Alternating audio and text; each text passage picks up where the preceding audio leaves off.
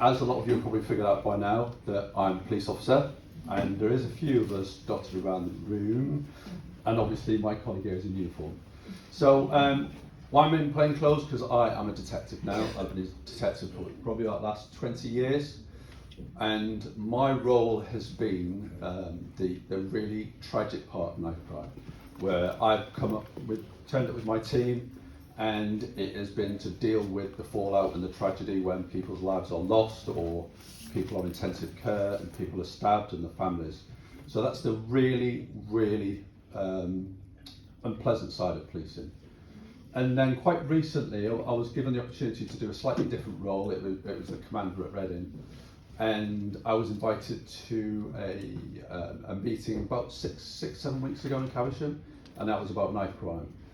And there was a lot of professionals in the room, and we talked about what solutions we could come up with, but there were mainly people like from healthcare, education, social services, and really trying to think what we can do to stop knife crime.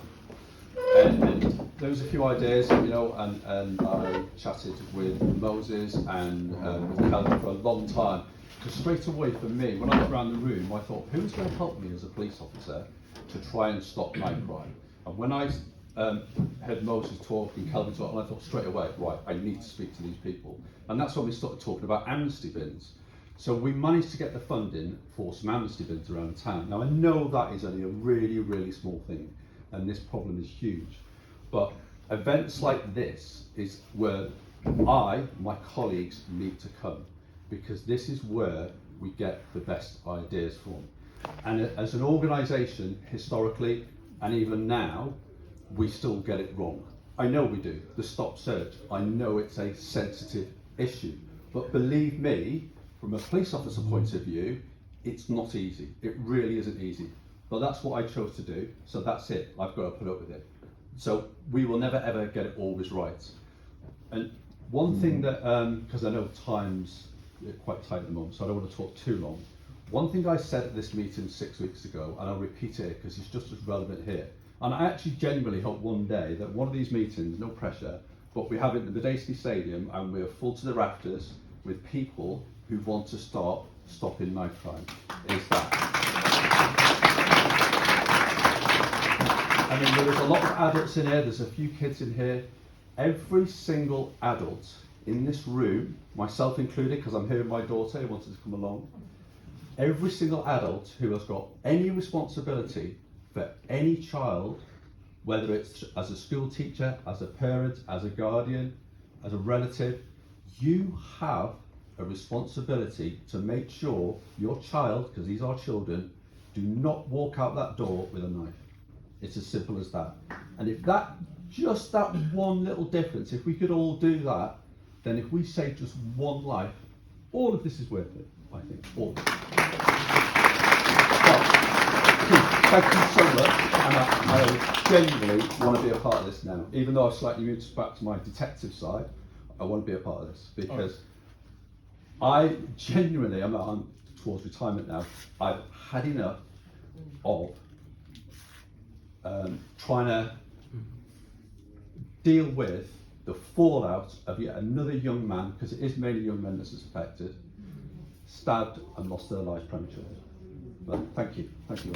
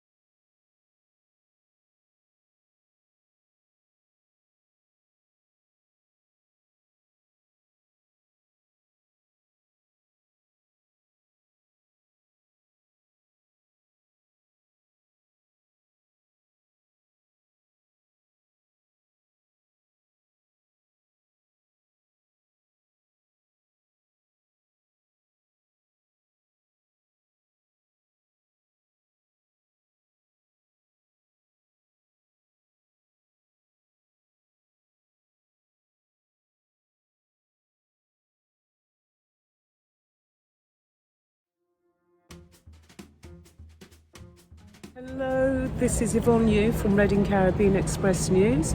I'm in the Oracle, and in the Oracle they have the Armoured Heart, and you can see behind me that this has been erected and structured by Stuart Melrose, who created it, and it was a symbol of respect and love. The words on it is, the Reading Amnesty Art Project incorporates reclaimed weapons for knife amnesty bins to form part of a sculpture for our local community. And as you can see, Stuart Melrose has done that, and it's nice to have this little heart there to remind young people that knife crime does kill. So they state, when knife crime happens, it affects everyone, real people and real lives. Every person matters. We need to respect each other and ourselves and ensure that Reading is a safe place to live. So this represents, make a positive choice not to carry a knife or use violence. Support each other, and we can make Reading a safer place.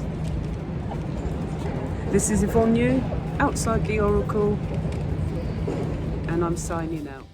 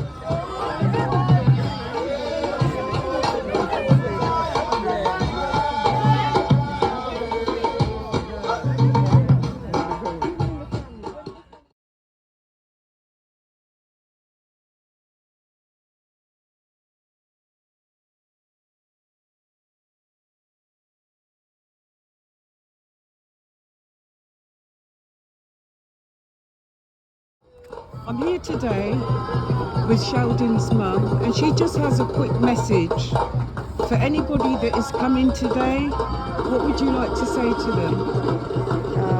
Thank you for coming, and we just want justice for Sheldon. He didn't deserve to die. It was intentional, and we just want to get justice. Thank you.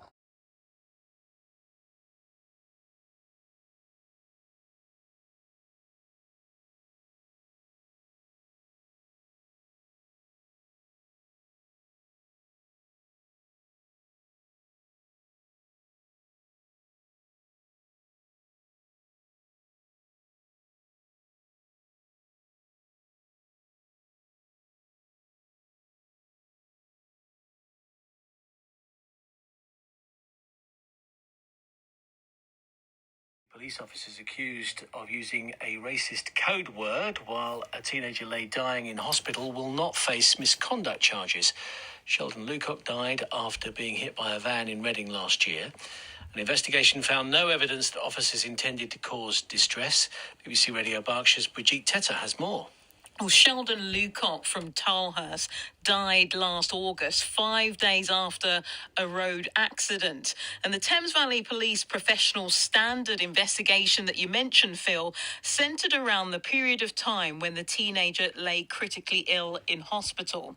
The code word banana was set by officers to allow visits and updates about his condition.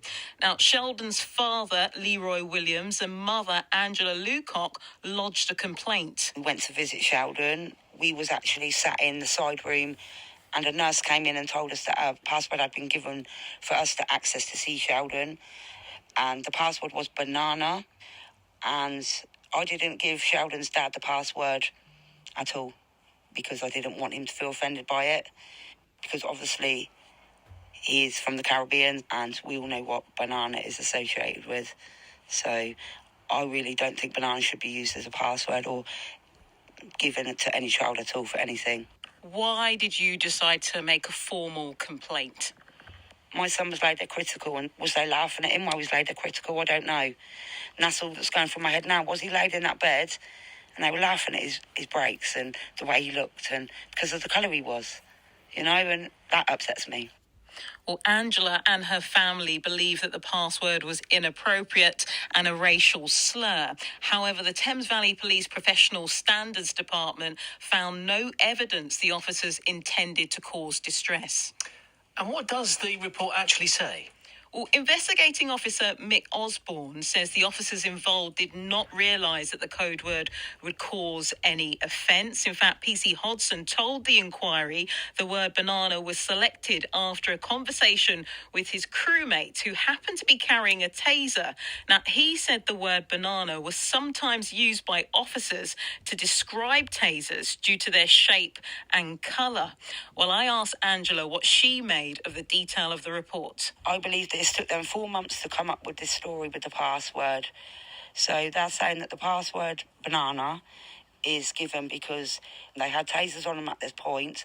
So then why didn't you give him the password yellow? Why banana? How does it make you feel that they have been cleared? Disgusting. Why not yellow?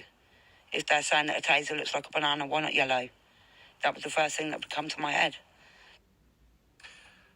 And what's been the response of members of the black community in our area? Well, actually, Phil, I've been chatting to Yvonne Yu, who is editor of Reading Caribbean Express. Now, she's been explaining why this word is perceived as offensive by people of colour. Going back historically, when I was a young child, and it was 1960s, and people were ignorant of people of colour, and so there was an association to monkeys, and from that came the bananas, and this is why the word banana is so offensive to somebody of colour.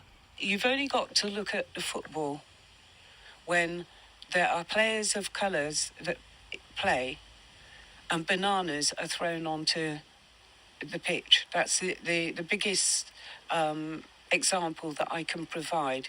Yvonne, the officers involved say they did not intend to cause any distress, and it was not chosen with this historical context that you're outlining in mind. So what would you say to that? The officers may say this, but they have to look at the context of the word that they've used in the way that they've used it. Maybe they didn't use it in hate, but at the same time you knew that this child was mixed race.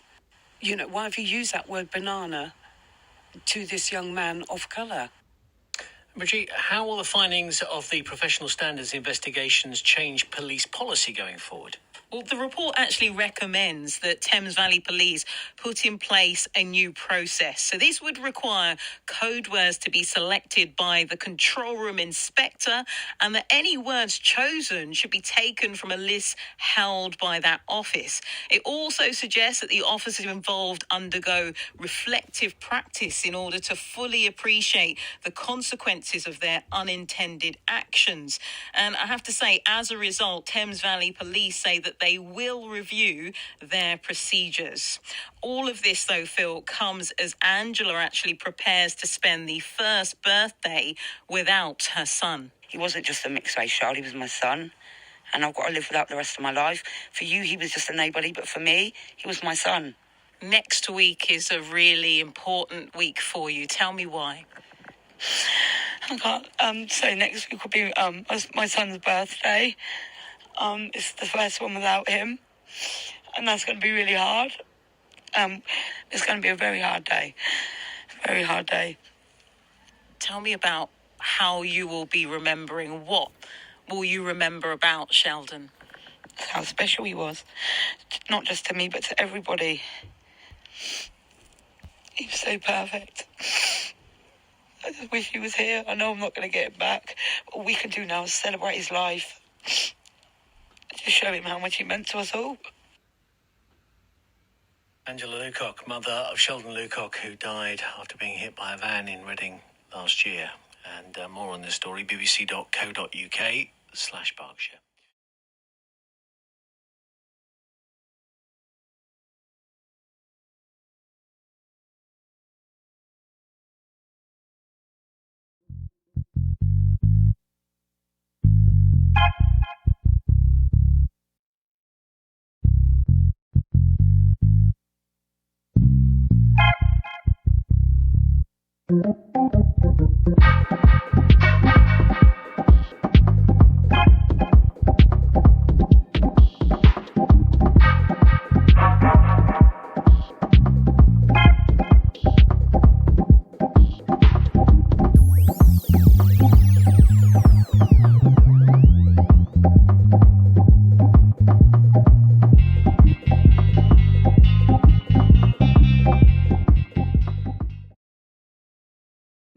behind you is one of your works. This is my piece here. Yeah, okay. And what was, I can see Mr. Cod on there, the buses. So I've chosen different parts of the Oxford Road because different parts of the poem match up to different areas. So we've got a bit about the bookies here, about when Quick Save was here, about when the record shop was here. Yeah. And I wanted to capture the buses because, you know, when like a lot of our generations before us, when they go back home, and I've noticed it myself, when you go to the Caribbean, you see pictures of the buses that they drove up in their kitchens. The trolleys. And on the trolleys. And, so I wanted to make sure I got that in. Yeah. And it's all part of Oxford Road history, and as you said, it's your version of the Oxford Road. Exactly. So you remember the Oxford Road when it was the original, what you would call the front line? Yeah. Yeah, because I lived over there, so it was like, this was the main. Yeah. I'm glad you enjoyed that experience still, and making the Oxford Road come alive again. Yeah, perfectly. Thank you very much for this interview now.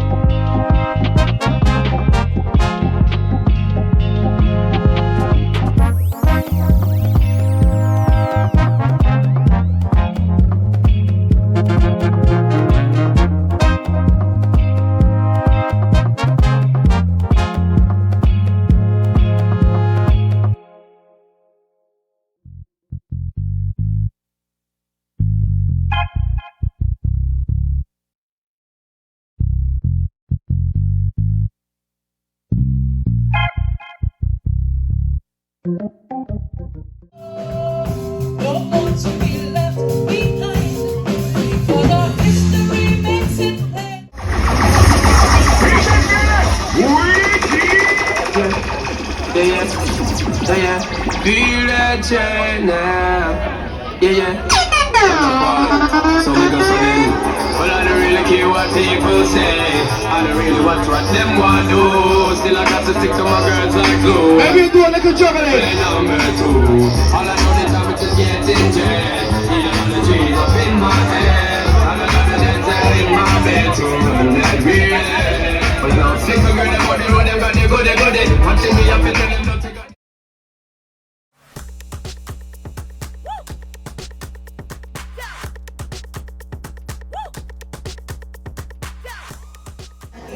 Stay drippy, nice swag, tiny bag, glossy lip, my cool, be that dreamer, manifest that beamer.